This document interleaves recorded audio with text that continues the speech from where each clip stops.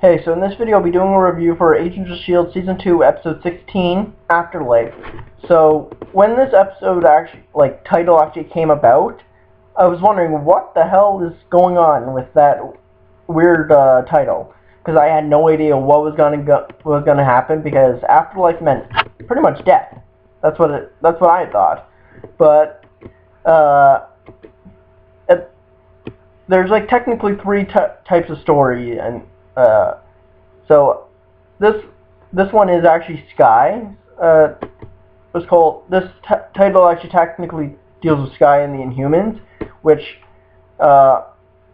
the Inhuman place at Gordon Tucker is called Afterlife, but no one knows where it is. They think it's somewhere near in China because of the name or whatever, of how it's translated or whatever.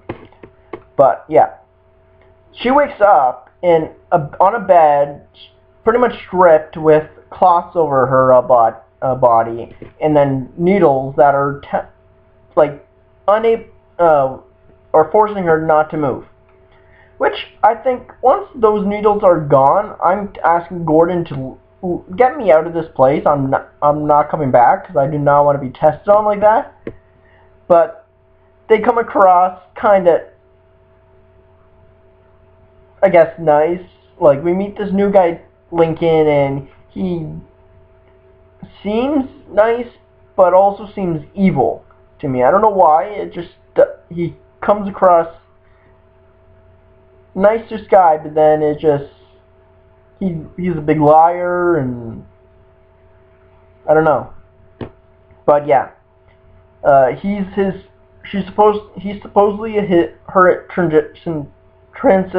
transitioner, and to get her used to this life in Afterlife and all kind of stuff like that. And we learn more about the Inhumans, how only a select, only one person every few years go through the actual mist and transition into an Inhuman, but all these people are just waiting for it, and Sky and Raina actually did it old-fashioned way and skipped the line, because they weren't even supposed to have changed into the Inhumans yet. But apparently the Diviner and a Kree Temple are the old school way, and I would like to know what the new way is, which I don't know what it could be. So yeah, we see that Lincoln's powers are electrical base, or electrical charge. He can lift people up with his static electricity and stuff like that. And I kind of thought it was going to be kind of like S.H.I.E.L.D.'s powers in a way, because she can manipulate sound waves and he can manipulate static electricity. So I knew it was I didn't know what his powers were going to be. I just guessed it was going to be somewhat kind of be like S.H.I.E.L.D., so they could have a bonding experience. But he ends up lying about Raina, saying that no one's going to hurt you and stuff like that. When she was asked about, he was asked about if Raina was here. But we find out that Raina is there, and she can't stand the daylight at all anymore. Ever since she transitioned, she ends up. We have no idea what her power is. They don't even know. But I don't know if it is a clue or anything that she actually does have power. But I thought it was just going to be that she has agility, claws and stuff like that. But apparently she might have a power, but no one knows what it could be. She wants to die still, which I kind of would if I looked like that and felt like that in the inside of having gravel. But yeah, this is one of the shocking things. S.H.I.E.L.D.'s mom's alive. Ning or something like that. This guy's mom's alive somehow. But yeah, she saves Reina, and saying that she could be that Sky could be a murderer right now because the way she acted when she found out Reina was alive, almost killing her. So yeah, she has a point. She could have been a monster. Uh, yeah, and she actually, like, Cal knew that the wife was alive for a bit of time now because he said that I promised you I would bring our daughter back and find her and stuff like that. So it sounded like he knew that he was alive. She was alive. So how long did he know, and why were you saying that he actually was going to do revenge on Whitehall for? Actually, I don't think he ever did say dead. He actually did say afterlife, so that was a clue that he actually knew there was an afterlife. So yeah, that's about it. On and you see that she does have scars still, and I think that's probably because she could have had GH325 in her because Coulson did, and he still has a scar on his stomach from where he was impaled by Loki's staff. So if she does have GH325 blood back in her for regeneration, that's probably why she still has scars in her, and that's why she's still alive. She's now alive again. So yeah. In the other one of the other stories, Coulson and Hunter are trying to figure out a way to get S.H.I.E.L.D. back and Sky back all in one piece, and they go to the cabin where Sky was, find a camera, and he decides to call what's called S.H.I.E.L.D. to get them over there, and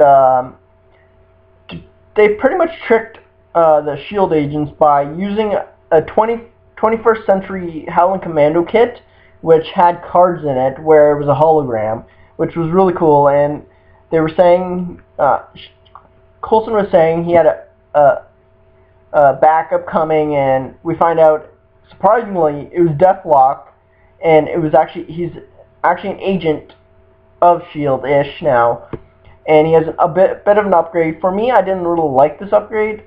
I liked it, but I don't. I was surprised that he was there and he got an upgrade. I personally liked the more metal, like grayish metal that he actually had in first season, but not a lot of people did. But I understand that they actually had to, the evolution of his character now that he's S.H.I.E.L.D., he actually have a bit of an upgrade. So yeah. And he was talking about a bad option, and we find out his bad option is Ward. So, and there's an episode coming up called something about bad half dozen or something like that, deadly half dozen. But that would mean Coulson, Deathlock, Hunter, Ward, 33, and Bocce would be those 33. Dozen. So yeah. He's off to find Ward wherever he is, and they're going to end up having the team together to take down S.H.I.E.L.D. So yeah.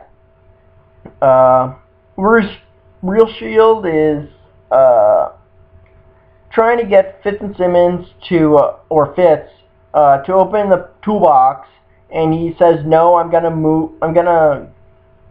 leave. I do not want to work for you guys. I don't want to help you guys. He and Bobby and Mac are trying to persuade Simmons and Fitz to stay and help. Simmons actually for a second actually helps out.